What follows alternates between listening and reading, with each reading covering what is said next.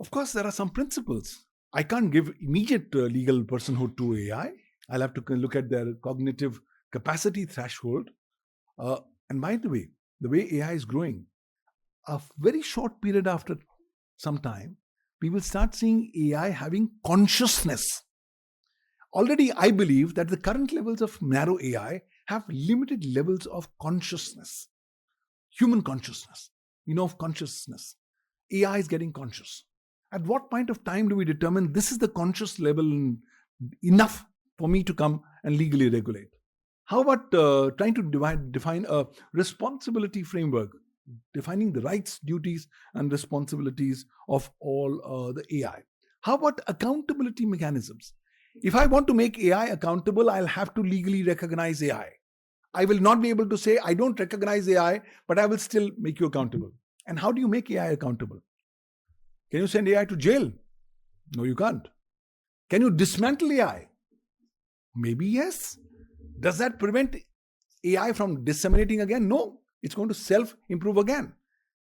And now with superintelligence coming in by next year or year after that, we have a bigger problem. Here is an intelligence that supersedes the cumulative intelligence of humanity as a race. So when Elon Musk says that AI is an existential threat to humanity, he's not off the mark. He's bang on target. So these parameters of human oversight is very important. That's what the Honorable Secretary, Dr. Mani, talked about. That look, much that you do, you cannot take the human out of the loop.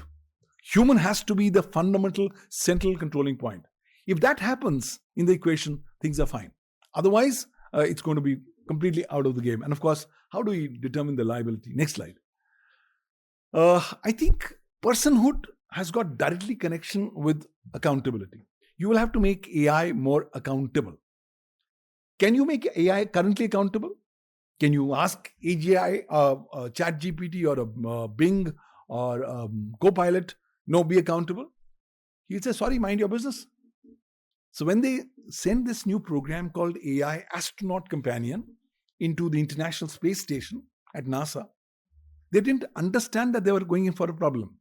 This was a football kind of a program, which was basically aimed to be a kind of a companion for astronauts. So the astronaut opened the program and said, play my favorite music. The favorite music was played. Second, third, fourth song. After that, astronaut said, please be quiet.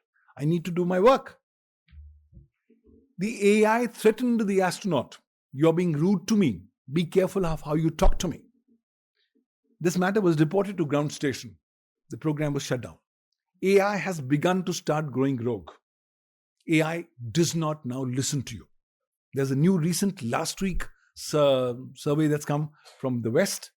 And they say, look, AI now has developed a habit to cheat, to impersonate, to threaten, and to even go ahead and intimidate you. Recently, I'll not name this platform, they came up with the latest version of their AI, and the coders were working on this. So one coder said, okay, do these couple of things, and then shut down. They overrode the human command and said, I'm not shutting down. So when the coder reprimanded the AI, why did you not shut down? The AI said, please be careful, you have this extramarital affair with so-and-so. And I know about it. And I am on your system. I have all your email accounts. I'm going to share it to all your friends and family. So don't be careful how you talk to me. Even otherwise, I don't know, if you've seen AI, you will realize that if you're going to be a bit more kind of, placating, sir, do it, you're nice, it's going to behave in one particular manner. But the moment you start being aggressive with the AI, the problem is it has got a memory of its own. It recognizes your aggression. But what time it's going to come back and hit you is something that you don't exactly know. Next slide.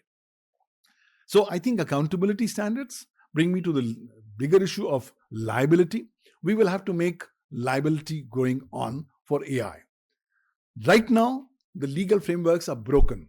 The European Union approach may be good in the European standard, but I cannot copy paste that in any other country. Leave aside India. Why? Because India, the ground realities are completely different. Anything that's going to be copy pasted from outside is bound to be actually problematic as we go forward.